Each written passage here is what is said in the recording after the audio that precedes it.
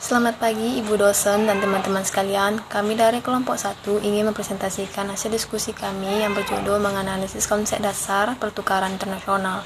Adapun saya, Ria Francisca Valentina sebagai moderator, dan teman-teman saya yaitu Samuel Estomi, Putri Margareta, Desjantri Syihotang, Agis Nadira, Isra Ervina, Indri Cahyani, dan Dava Filanta Taligan.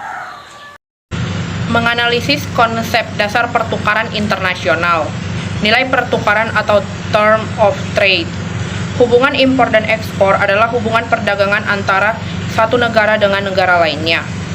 Ekspor dilakukan oleh satu negara karena harga yang diperoleh lebih tinggi untuk barang yang diekspor ke luar negeri.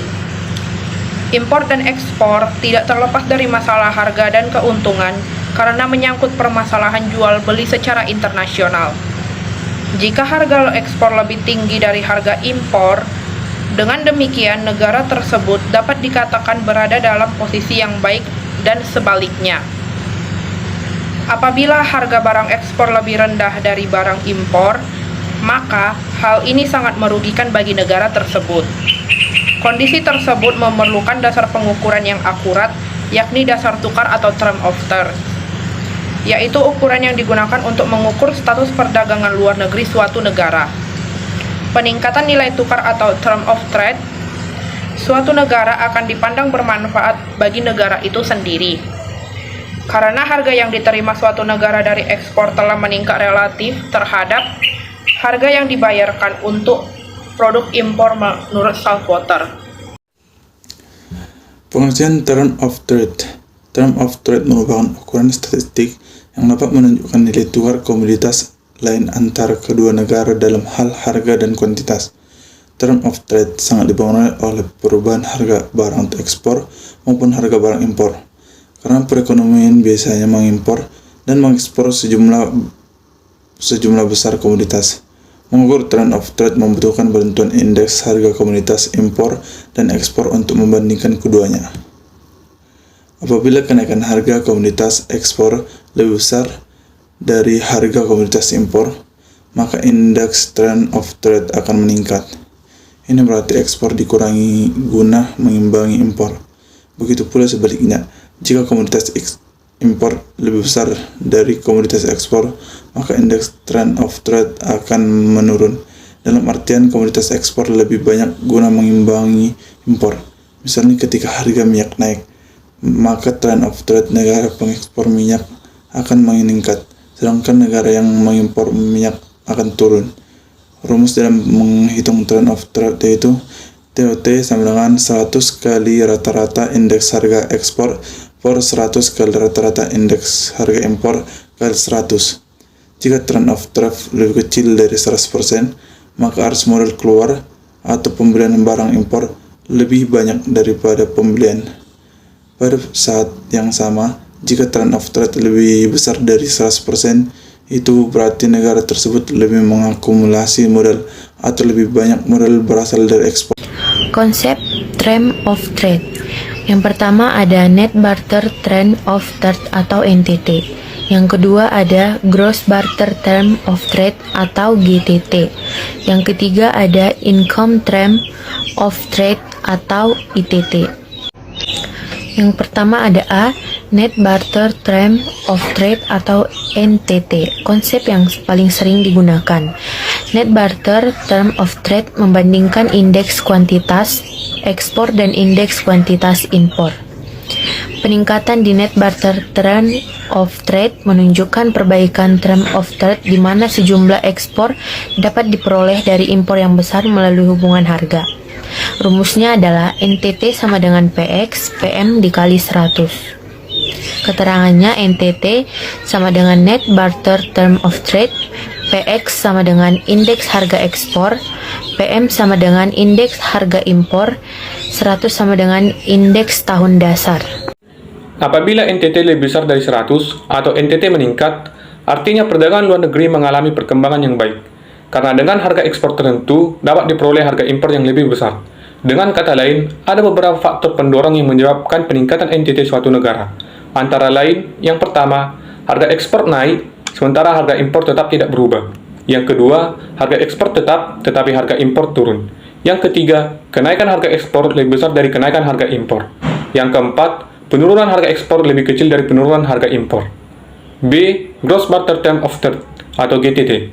GTT adalah perbandingan indeks volume ekspor dan indeks volume impor. Konsep lebih memberikan gambaran perubahan volume perdagangan dan bukan perubahan harga. Oleh karena itu, apabila konsep term of trade tidak diberikan, maka konsep NTT tidak ada artinya. Dapat diperoleh rumus yaitu G sama dengan QX dibagi dengan QM dikali dengan 100, di mana GTT adalah Gross Barter Term of Trade, QX adalah indeks volume ekspor, QM adalah indeks volume impor, dan 100 adalah indeks tahun dasar. Jika GTT lebih besar dari 100 atau total GTT meningkat, berarti perkembangan situasi perdagangan internasional suatu negara dikatakan kurang baik atau mengalami profit yang rendah. Hal ini disebabkan karena diperlukannya ekspor dalam volume besar untuk memperoleh sejumlah impor. C. Income of Trade atau ITT. Bagi negara berkembang, konsep ini sangat diperlukan karena mencerminkan kemampuan negara berkembang dalam melakukan impor barang modal pembangunan dari hasil ekspornya. Kemampuan impor sebenarnya bergantung pada beberapa faktor, antara lain yang pertama, persediaan devisa dan persediaan emas, yang kedua, persediaan yang dimiliki untuk melakukan ekspor, yang ketiga, kemampuan dalam memperoleh pinjaman. Rumus ITT sama dengan I sama dengan N kali QX sama dengan PX per PM dikali QX.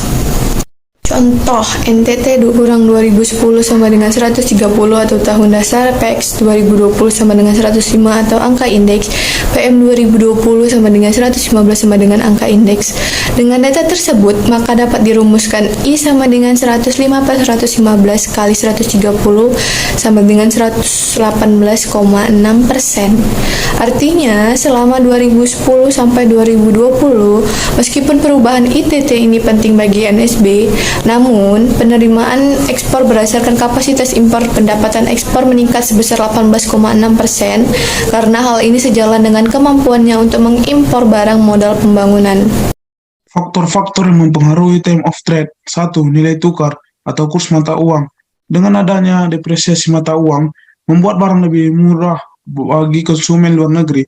Hal ini disebabkan mata uang luar negeri memiliki daya beli yang lebih kuat terhadap mata uang lokal.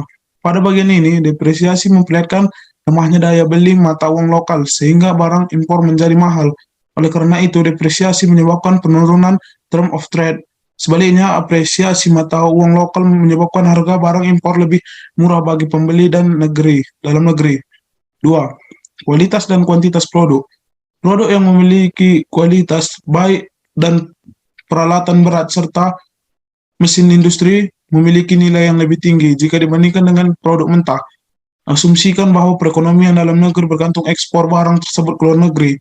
3. Tingkat inflasi. Inflasi yang tinggi biasanya ditandai dengan kenaikan harga barang atau jasa dalam perekonomian suatu negara, dan hal ini juga berdampak produk ekspor. Oleh karena itu, ketika tingkat inflasi luar negeri lebih rendah daripada dalam negeri, maka term of trade harus kurang dari 100% atau paling tidak untuk sementara waktu. Sebaliknya, jika tingkat inflasi dalam negeri lebih rendah daripada luar negeri, maka harga barang impor memiliki harga yang lebih mahal jika dibandingkan dengan harga barang ekspor. Inilah yang menyebabkan perdagangan menurun. Dampak term of trade terhadap perekonomian. Ketika term of trade naik, sebuah negara dapat membeli lebih banyak barang impor daripada sebelumnya. Negara tersebut mengumpulkan lebih banyak pendapatan ekspor daripada pembayaran impor, mengasumsikan volume tidak berubah. Kenaikan term of trade berdampak pada inflasi domestik. Misalnya, jika kenaikan terjadi karena harga impor yang turun atau naik lebih moderat daripada barang ekspor, tekanan inflasi yang diimpor atau imported inflation berkurang. Kemerosotan term of trade menunjukkan standar hidup. Negara-negara berkembang biasanya rentan terhadap masalah tersebut. Mereka mengekspor komoditas dan mengimpor barang manufaktur.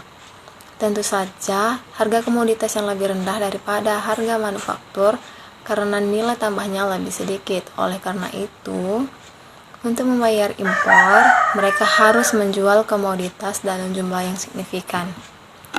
Bagaimana ketentuan perdagangan term of trade?